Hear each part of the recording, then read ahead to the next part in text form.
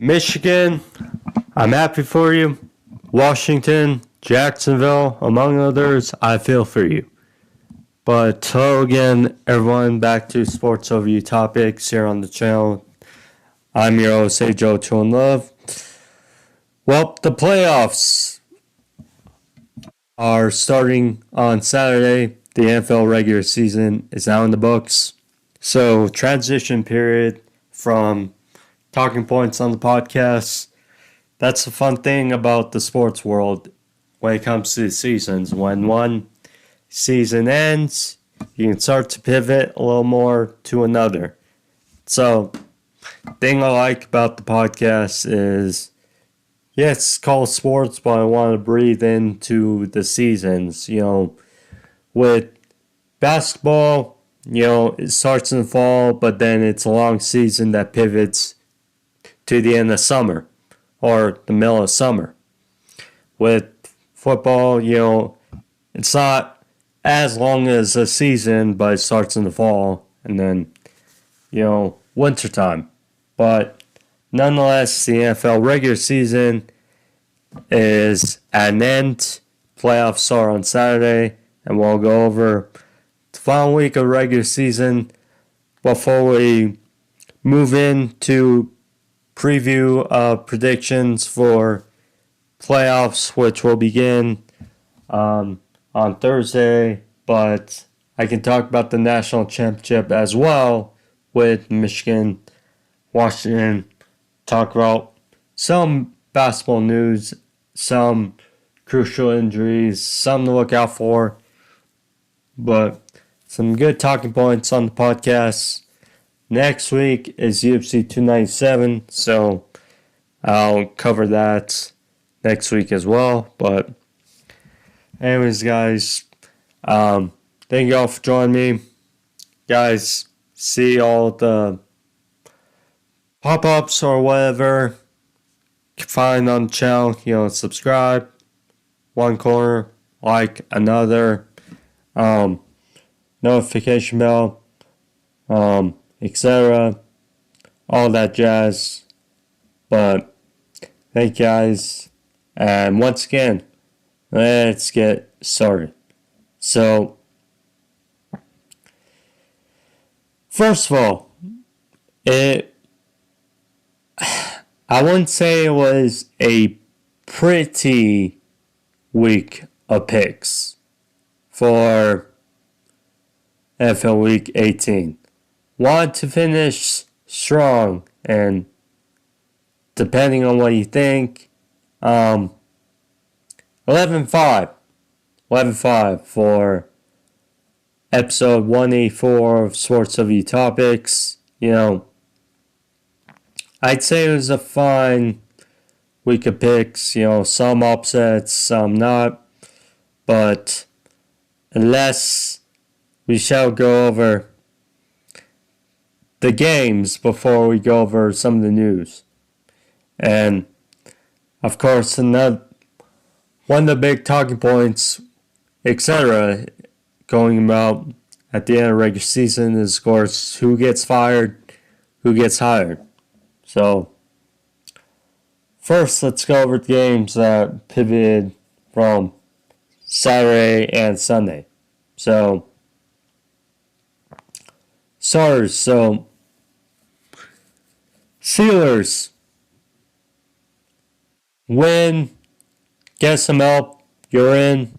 Lose, it's pretty much very slim. The Ravens clinched the 1 seed, didn't really have much to play for other than trying to eliminate your rivals. Wasn't really the case in sloppy conditions, but it was fun seeing the Steelers, and they won 17-10. It wasn't as pretty for Mason Rudolph and the offense has been in the previous 2 weeks, but it was still a joyride for the Steelers, you could say, that they would certainly take in a win, 10-7.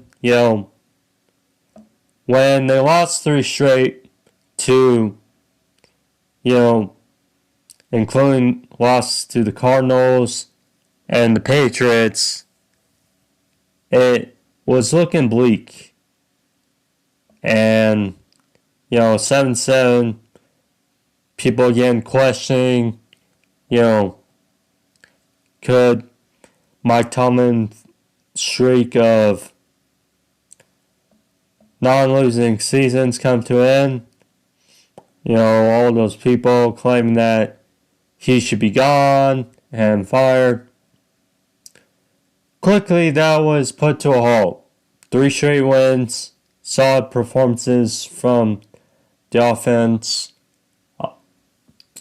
I would say 2 against the Ravens. Of course it was sluggish, as you expect these 2 teams whenever they face off.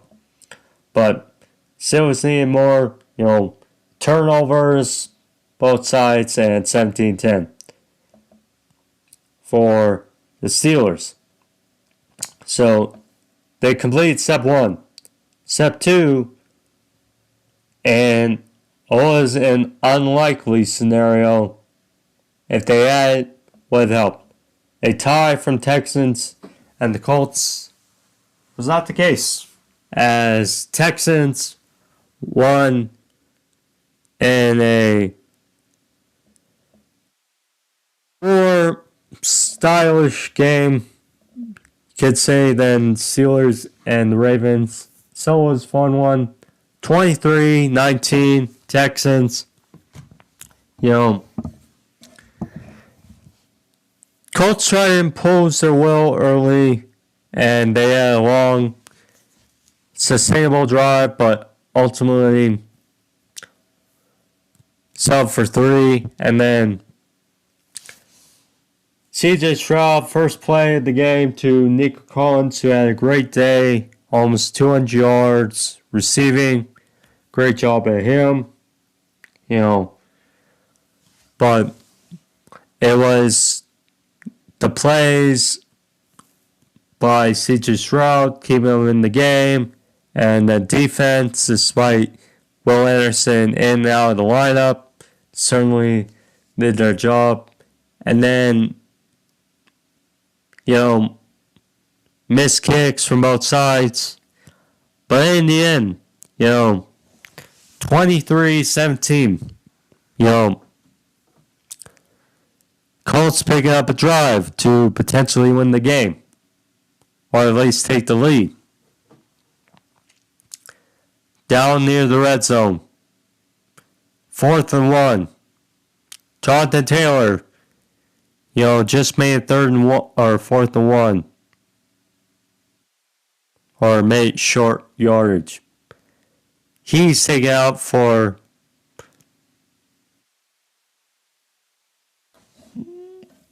Goodson. And so 4th and 1, I did like the play.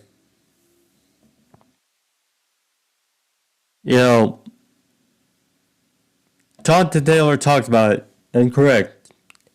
Execution. The play executed right might have been a touchdown. Yes, could have been a better pass from Gardner Minshew. Could have been a better effort for a catch.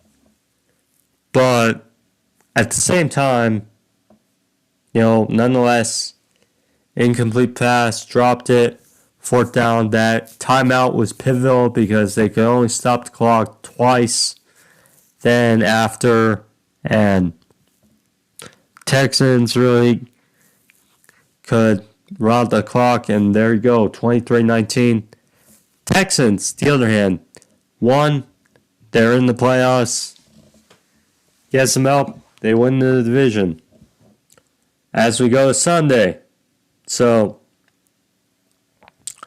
Buccaneers, they won the division 9-0. As you could read by the score, nothing much.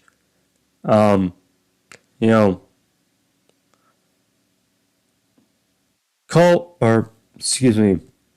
in the previous game, but the Bucs had some solid drives. Credit to the Panthers defense for keeping out of the end zone. And certainly credit as Derek Brown, I will say, had some history and most tackles by a defense tackle in a single season. So great job there for him. Yeah, good stuff there. But Buccaneers had to win the division. Baker, he was obviously hurt during the game, but still they managed it, pulled out 9-0. Bryce Young, wasn't the best season, but pulled out best he could. Hopefully they get a coach that really fits to wanting him, and hopefully they get better weapons as well. Adam Thielen, he did have 1,000-yard season, but he said it himself, he doesn't have much time left, many years left, so he wants to compete for a contender and a championship. Browns-Bengals, kind of figured with Browns saying a number of people walked in the 5 seed. Bengals, although it wasn't pretty, they still won 31-14. Jake Browning did what he needed to do. He said afterwards he believes he's a starting QB in this league.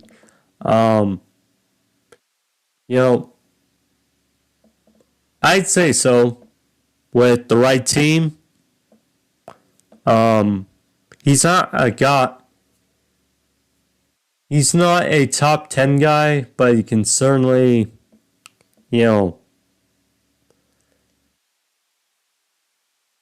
do what he needs to with a really good balanced offense, I would say. Vikings-Lions. One more thing about the Bengals.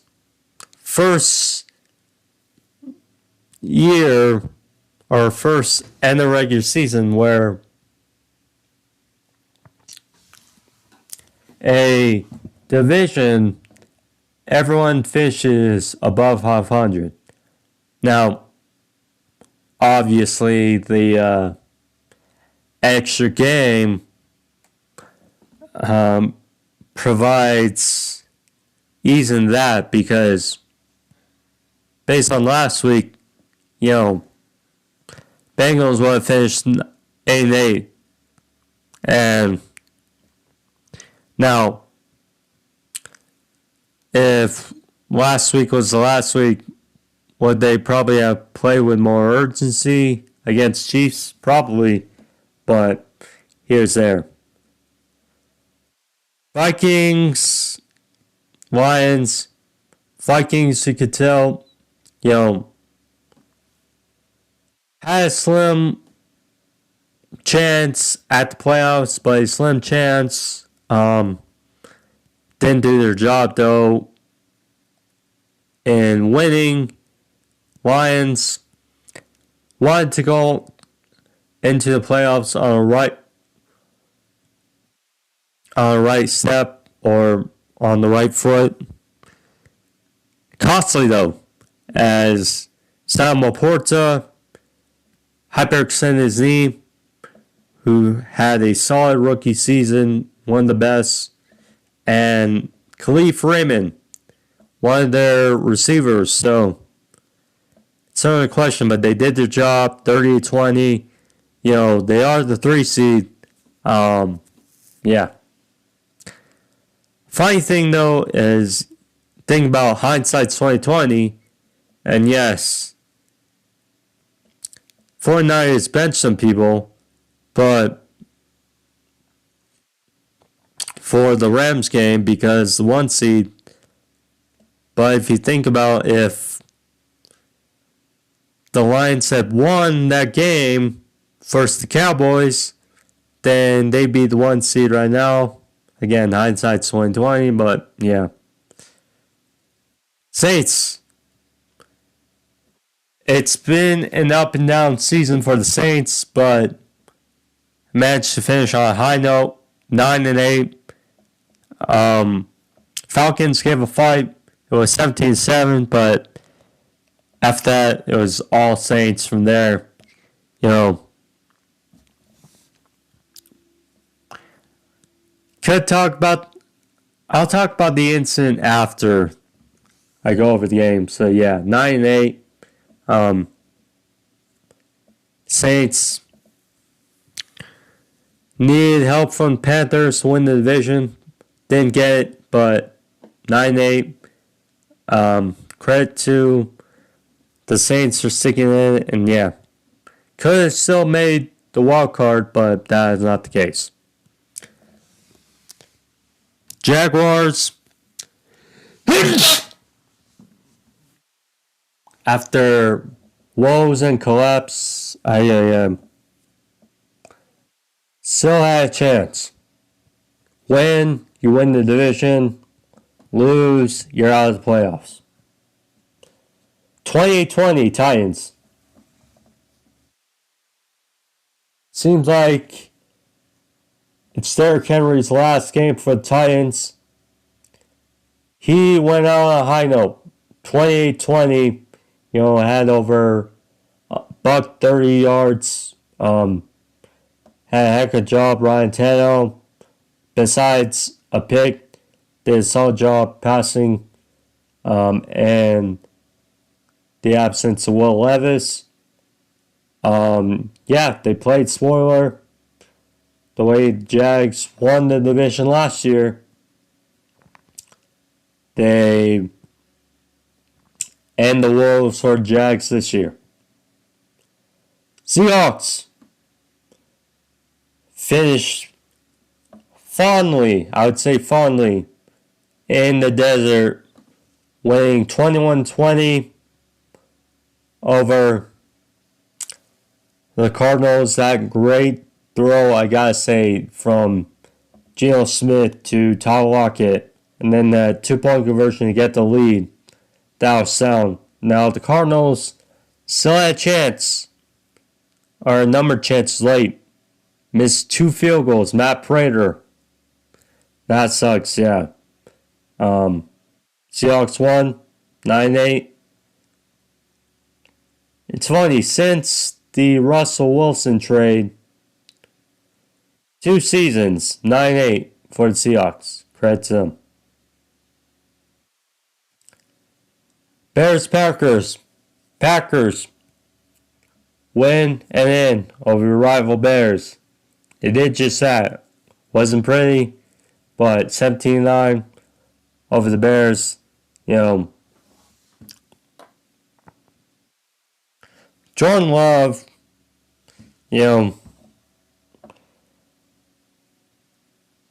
he is coming into his own. Gotta say that. Now, they do have some young receivers, so really testament. But some of these throws, they weren't like great throws, but it's amazing his poise now, with some of these throws going out of the pocket and playing that play on to Dontavius Wicks. It's something. So, good to see. Good for the Packers. Good for Jordan Love. Although I picked the Bears, credit to the Packers, and they're going to Dallas. So,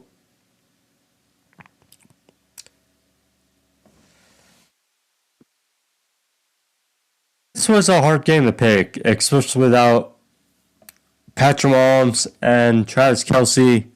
Chiefs found a way to win 13-12.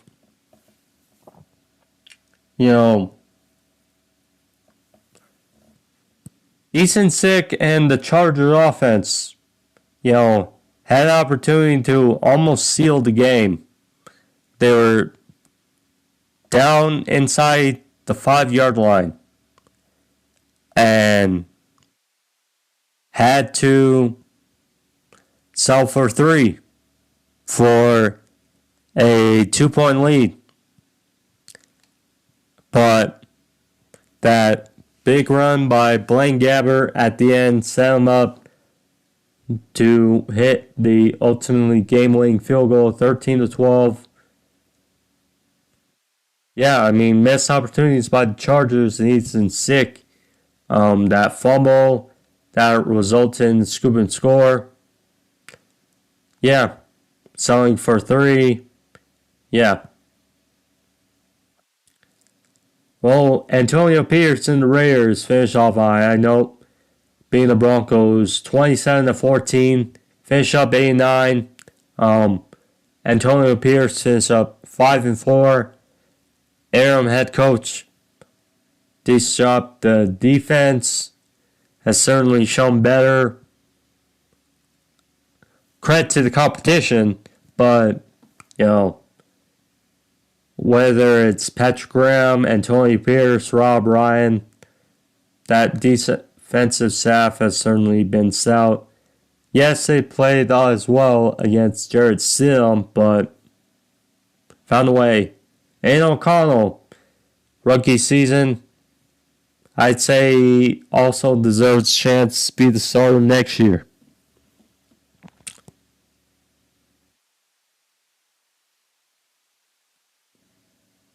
I don't want to say too much because I want to speak about the Eagles and Jags alone. But 27-10 by the Giants, playing. Eagles are in shambles right now. 21-20, Rams beat the 49ers. Carson Wentz and crew found a way to get back in it against Sam Darnold and the 49ers. This was fun in the end. That big run culminate for Carson Wentz and crew to get the touchdown, and then that 2-point conversion in the back of the end zone to Tutu Atwell. Good for Carson Wentz. Yeah. You see these backups, and sometimes you wonder, it's like, how did they not get a call? Yeah. This is one of those things, but they got the win. They're 6 seed. Sam Darnold controlled the offense. Soundly throughout. Missed field goal by Jake Moody. Something to take into account as they go into the playoffs. But yeah, here and there, it's how some of these things go down. But yeah, good for Wentz and good for performance. Sam Darnold matched you for a while. I mean, it was 20-7 for Niners, but Rams came back. Cowboys is looking a bit eerie to start, like last year, but they said not today. They found a way, 38-10 in FedEx Field as they won the division. They didn't have to because of how good of a job the Giants were doing, but yeah, 38-10, Cowboys win the division, solid stuff, 2 seed. And then the final game of the regular season, Bills and Miami. Bill for the AFC East and the 2 seed in the AFC. How it go down? Bills took game 1. It's hard to sweep a division rival, But yeah, this game was topsy-turvy as you expect. So,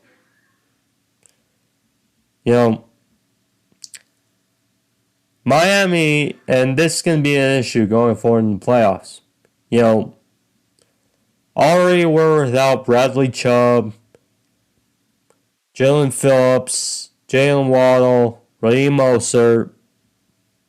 So, pretty empty-handed. But for a while, they controlled their game, played it how they wanted to, especially with their injuries. And for a bit, they frustrated Josh Allen. They were getting pressure on him. He threw a couple of,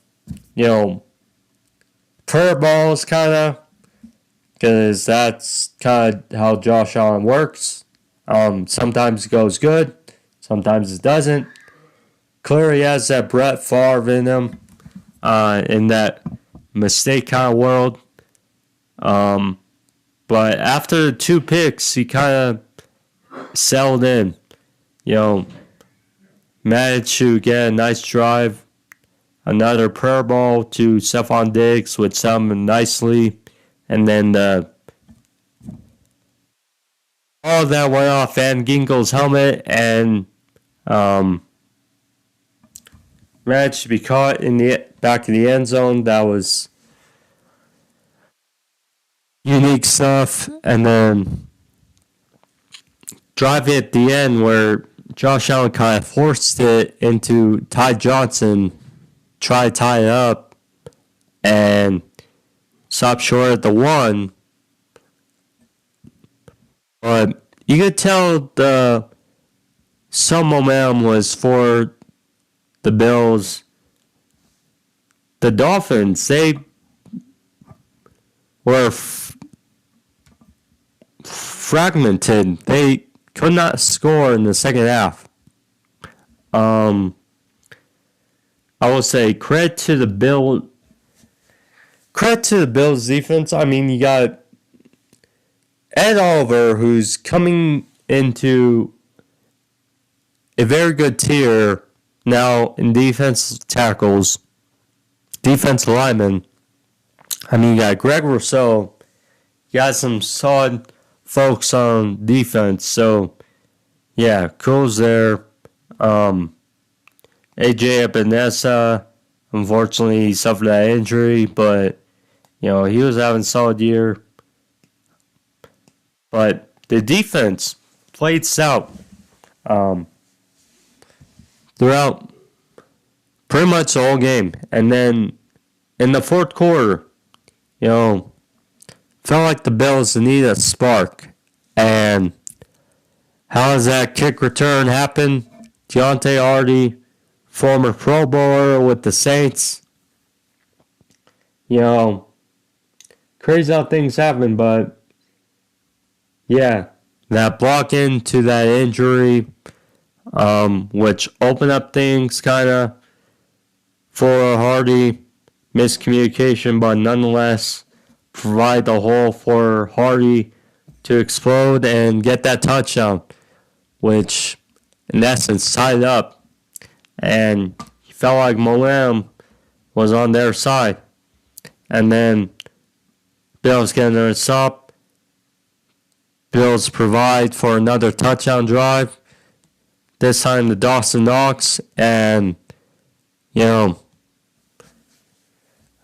Don Kincaid, he had good game. Stephon Diggs hasn't quite been the same this season, but he came good on a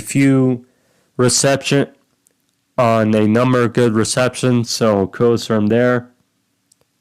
Yeah, Bills hung on. Frustrated Tua, he had 2 picks as well. So, there we go. Bills win the division. They were 6-6. Now 11-6. AFC's champs. This time of year where you want to be playing your best football. And yes, Josh Allen, the Bills offense wasn't playing great. First quarter, half. But found a way and got it done. Now, let's take a look before we talk about some of the other news. So, let's take a look as playoff picture is concerned for this weekend for wildcard playoffs. So, Saturday. So, two games on Saturday. We got Browns at the Texans now in the afternoon. So, interesting. 5 seed Browns versus 4 seed Texans, the AFC's champs. CJ Stroud versus Joe Flacco. Rematch of early in the season. Obviously, Stroud, wasn't healthy for that. So there's that dynamic because of his concussion. But interesting battle here. Like I said, the Browns coming into their own, and with the way they're playing, they're a team that you gotta tread lightly with their offense and their defense. But CJ Stroud obviously changes things for the Texans now, so we'll see. Dolphins, now virtue of that loss, go to was projected to be frigid cold Kansas City, and the Chiefs project to be snow as well.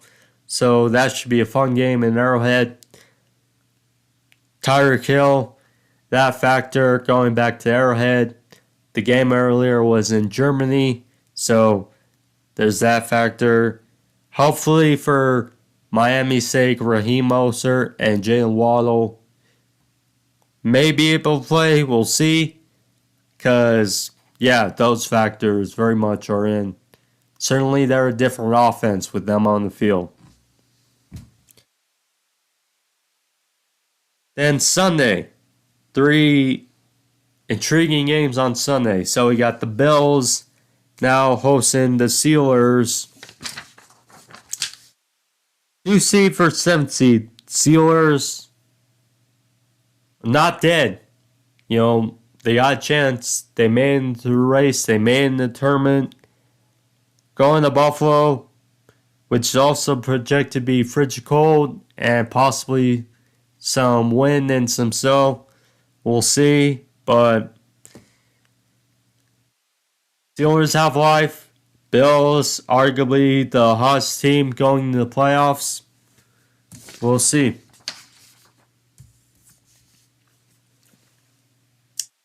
Two games on Sunday to look at. Packers at Cowboys. Mike McCarthy, that factor. Cowboys, obviously a better team at home this season. Packers, Jordan Love. He's had his bright moments this year in his first year starting. You don't know, but could be an interesting game. And then the most intriguing game of the weekend: Rams at the Lions. Lions' first home playoff game in 30 years. Matthew Stafford going back to Detroit. Matthew Stafford, Jared Goff. We know that trade, what happened 2.5 years ago, 3 years ago. So there's that dynamic. I mean, it's going to be fun. Talk about the Bills, the Rams, and what they've done to get here to the playoffs has been nothing short of awesome. Culminating with the Buccaneers and the Eagles. And I want to talk about two teams that down the stretch have had big collapses. The Jaguars, who have missed the playoffs, and the Eagles here, who now on the road.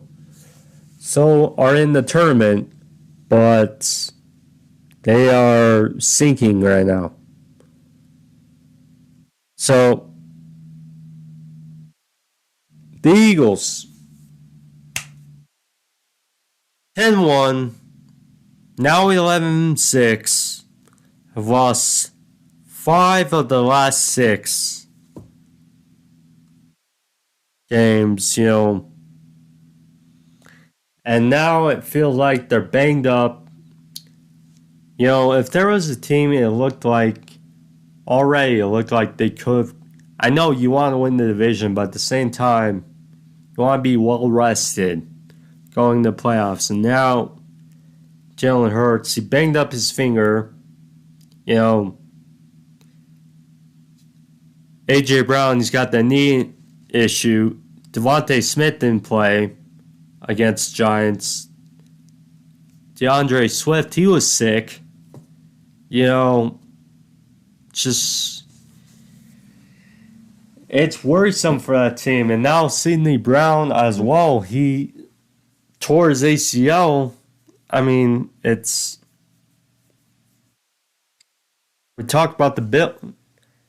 It's crazy to think how both teams have looked since that game. The Bills and the Eagles.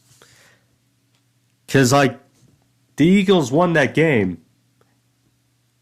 And since then, in that great overtime clash, you know, the Eagles since then, you know, losing 5 of the last 6. Since that game, you know, Bills have won 5 straight, you know, going to the playoffs. I mean, man, just golly. You know, Baker and the Bucks didn't have the brightest performance against the Panthers, but at home, healthier team. You know, these two teams look a lot different than the teams that fought in week 3. So, we'll see. But I gotta talk about the Jags as well. Because, And then there's the Jaguars who, oh boy, have been disappointing down the stretch, you know. So, I think many anticipated with how well they finished off last season. You know, 9-8 wasn't great, but, you know, down the stretch, you know, they played really good football. You know, Trevor Lawrence was coming to his own. And then that game versus the Ravens is when really, I think, is when they turned the corner. You know, beat the Cowboys in overtime. I mean, just, In the event, you know, finished strong, won the division, beat the Chargers after being down 27-0. You know, rallied back, gave Chiefs a fight when Patrick Mahomes got hurt. Nonetheless, this year coming in, they were doing well. I think we kind of expected maybe a jump from Trevor Lawrence, definitely be an MVP candidate, or to like step into that role of the pool. He did well this season, but regressed a bit in how he did from last year. You know, we can say all we want, you know, the terrible towel curse, you know, that plagued them, you know, after that big win over Pittsburgh. You know, they were 8-3. But I mean, after that win, they were 6-2. Nonetheless, they were 8-3, you know, tied for the 1 seed. You know, and then all of a sudden, you know, they lost in overtime to Jake Browning and the Bengals. You know, Trevor Lawrence gets hurt. That ankle issue, and then it becomes, the shoulder, and then the concussion, and then etc. But he only missed the Panthers game. And yeah, it just felt like, I would think because the offense wasn't as good, the defense, really wasn't well down the stretch. It's why they fired pretty much all their defensive staff to get a buzz or to help on the defense side. But yeah, the offense, just wasn't the same as it was down the stretch. Yeah. So yeah, that's disappointing, but maybe it's good for them. I mean, in any event, they had 2 straight winning seasons, but the downside of finishing the same record is that now you miss the playoffs. So, out of the tournament. So, yeah. Gonna have to address some stuff in the offseason for the Jags. Offensive line. The Christian Kirk injury definitely hurt them. Although Christian Kirk is not a great receiver, he was certainly relied on for a good chunk for Trevor Lawrence. They certainly have that connection with each other. Yeah. Calvin Ridley was good, but he was inconsistent in his first season back from the suspension. So, yeah. Overall, 1,000-yard season, but yeah. Inconsistencies from the offense.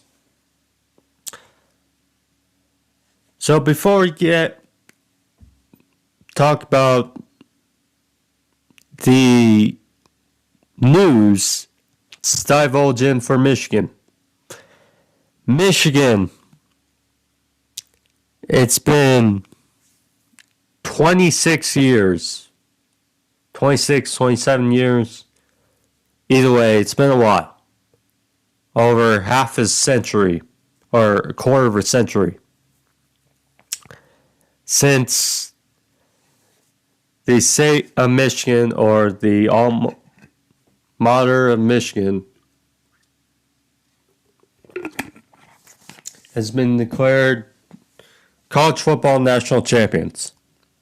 And Monday night, the drought was ended as they won pivotal fashion 34-13 over a game Washington Huskies team. Credit to Washington. Michael Penix had the game of his life against Texas, 430 yards, yeah, he played great. The problem was,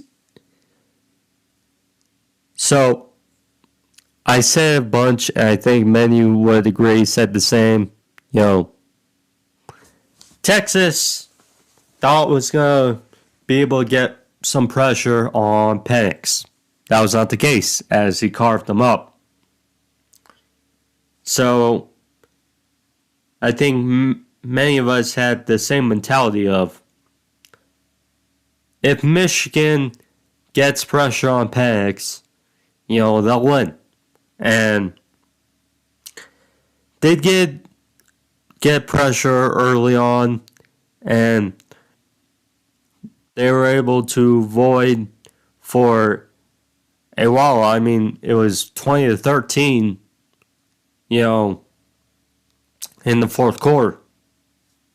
And, credit to Washington's defense as well for rebounding after those big runs by Donovan Edwards and Blake Corum early and weathered the storm. It's just their offense, felt like in a bind and was kicking themselves.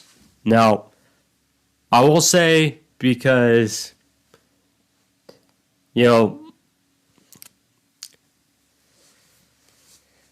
Kurt Herbstreit and Chris Fowler stated how they were letting them play for a while. Now,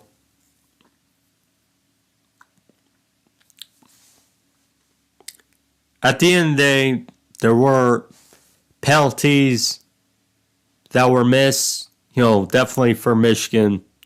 And, yeah. So, there's obviously that merit to people that were rooting for Washington. But, I'm just going to go over the highlights and but so Michigan controlled it,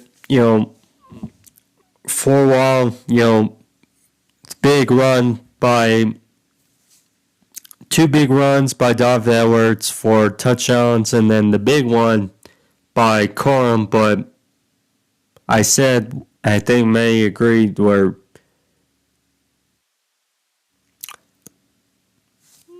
Washington could not allow another touchdown, and they forced them to a field goal, made 17-3, and then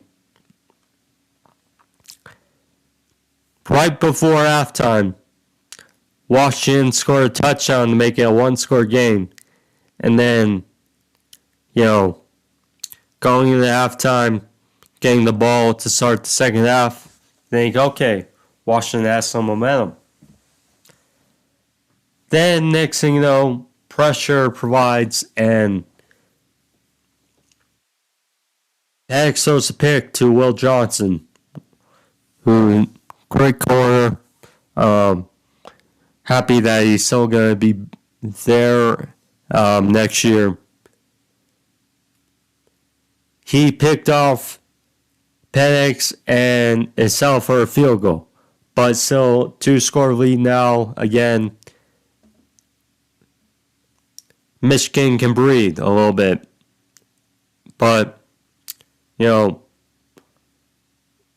Washington tried and tribulated and managed to run it down for another field goal.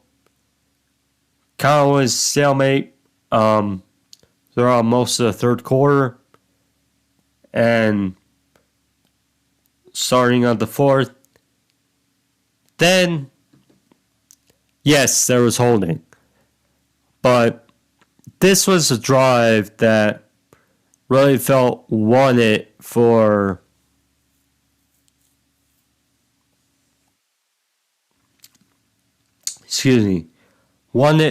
Michigan.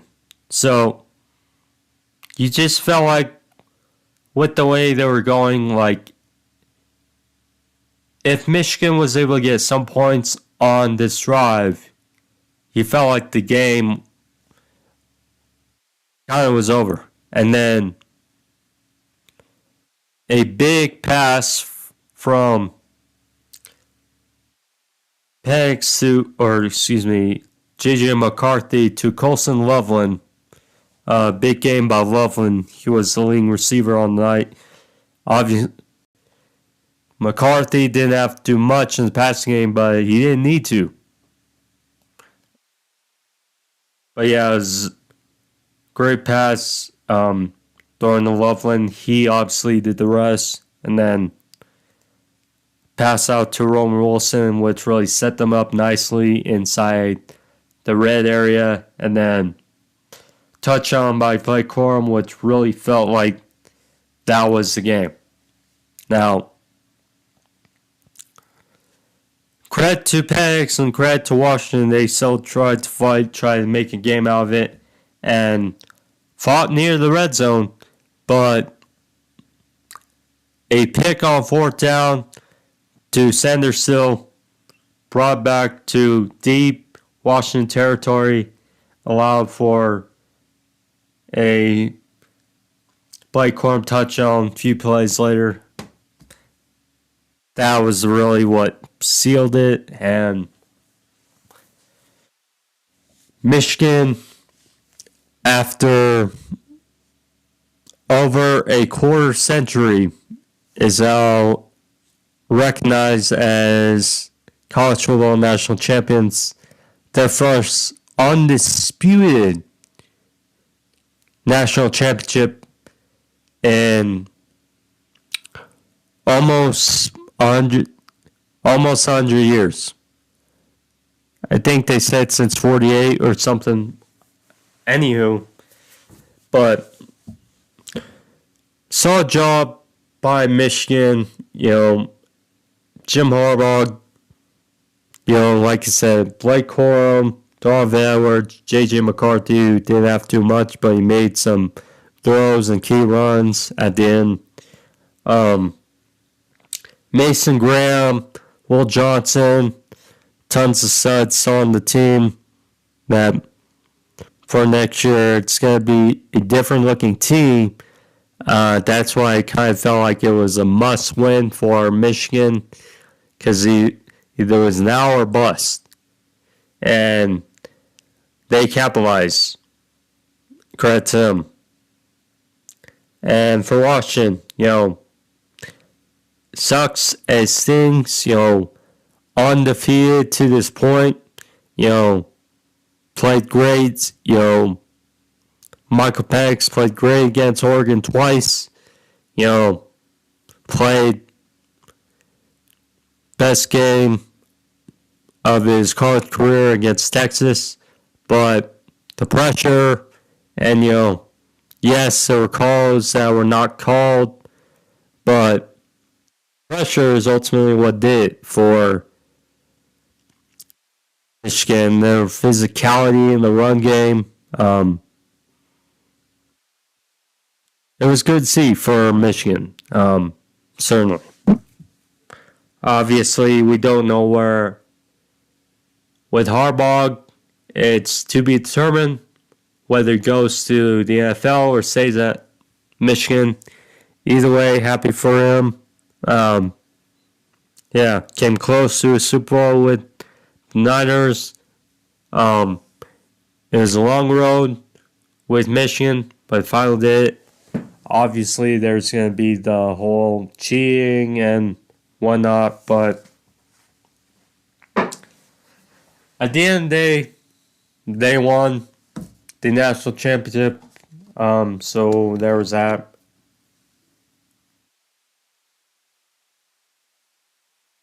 Yeah. Good stuff. Penix, I will say, still seems like a fringe first round pick. This performance may drop him to day 2, but just from what I've seen, he's a first round pick. Think we can agree, but we'll see. So let's get into some of the news around the NFL and some things going around, because that, like I said, one of the biggest key after the NFL regular season is who gets fired and who stays. So Arthur Smith, who's not happy after the whole Dennis Allen at the end situation. Arthur Smith fired after 3 straight 7-10 seasons with the Falcons. Obviously, he did a solid job being the offense coordinator for Tennessee. He'll definitely find himself on a staff somewhere again. But yeah, kind of not surprised. Especially with that young talent on that offense. You can't be surprised with Kyle Pitts, Drake London, Bijan Robinson, etc.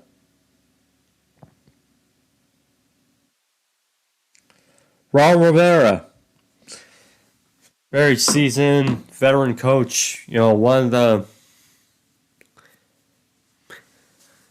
interesting names around the league. He has been cut ties with the Commanders. I mean, not really surprised. When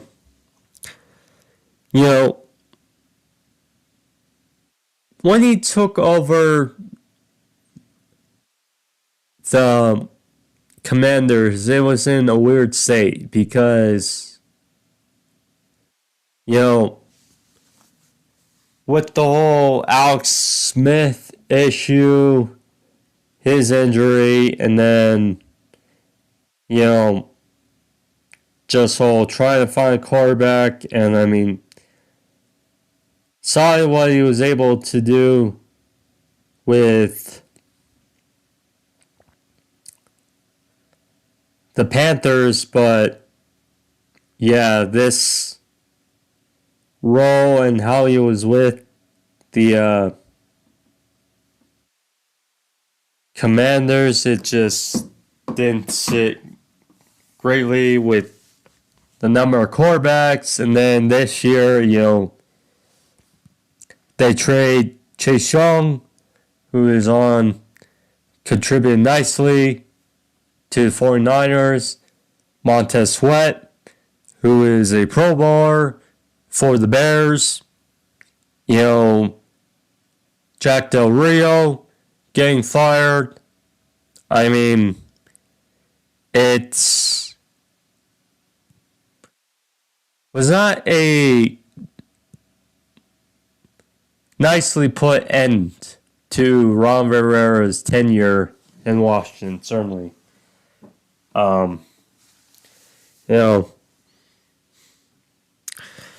Certainly think he's a solid coach.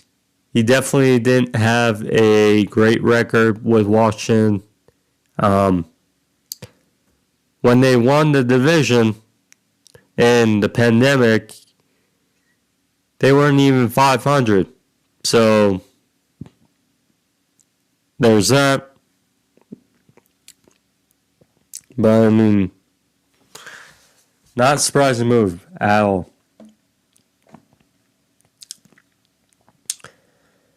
Panthers fired Scott Fitterer, their GM. I mean, because seems like David Tepper is firing everyone but himself. I mentioned that Jaguars fired pretty much everyone on their defense staff, including their defense coordinator, Mike Caldwell. Wink Martindale resigning with the Giants, after some talk of not tension between him and Ryan Dable. So, not too surprised about that. Mike Vrabel being fired, I think it's surprising at first, but when you consider the culture change, it seems like they're trying to instill. It's kind of weird. Certainly is a hot candidate for many, for Mike Vrabel. The way he kind of changed around Tennessee for a while. But, yeah. It seems like Ron Carthon has something in store. Yeah. Christian Jenkins, he committed to Ohio State. The former Ole Miss running back is now joining Ohio State with Travion Henderson, presumably going to the NFL. We'll see, but it's certainly a solid fit for Jenkins. Big Ten, one of the top programs in the country. I'll say, certainly going to be different with Will Howard as well as quarterback. It's going to be different.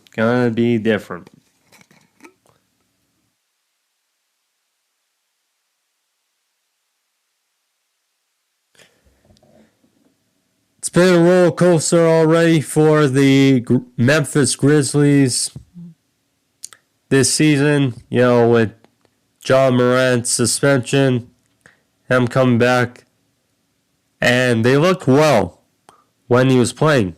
6-3, and then fortunately now, John Morant, they'll go the rest of the way without their top player, as he reportedly will get surgery on a torn labrum. So, yeah, he is now out for the rest of the season. It's going to be tough there. Yeah, Memphis Grizzlies. Tyrese Halliburton as well. Hopefully not as serious, but he apparently slipped on the court last night or the other day, and he might have injured his groin or hamstring area. And yeah, unfortunately, we'll see the severity of all it, but yeah, one of the best young player, another one of the best young players in the league, and the superstar for Indiana. Would be a blow if he is to miss a significant period of time.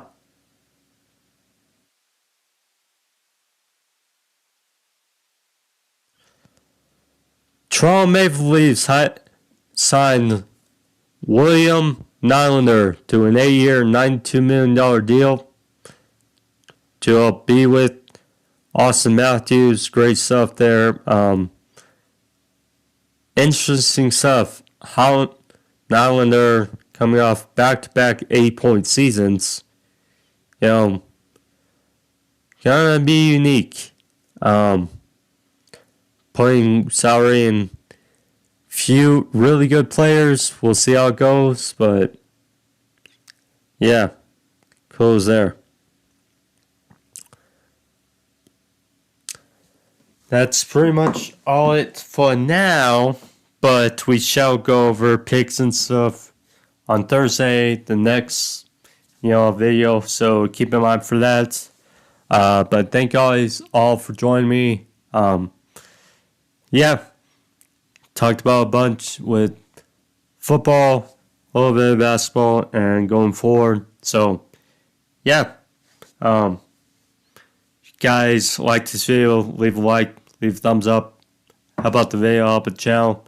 See you guys on Thursday for more sorts of your topics, talking about playoffs and some more news, whatever is going on in the sports world. But take care. See you guys.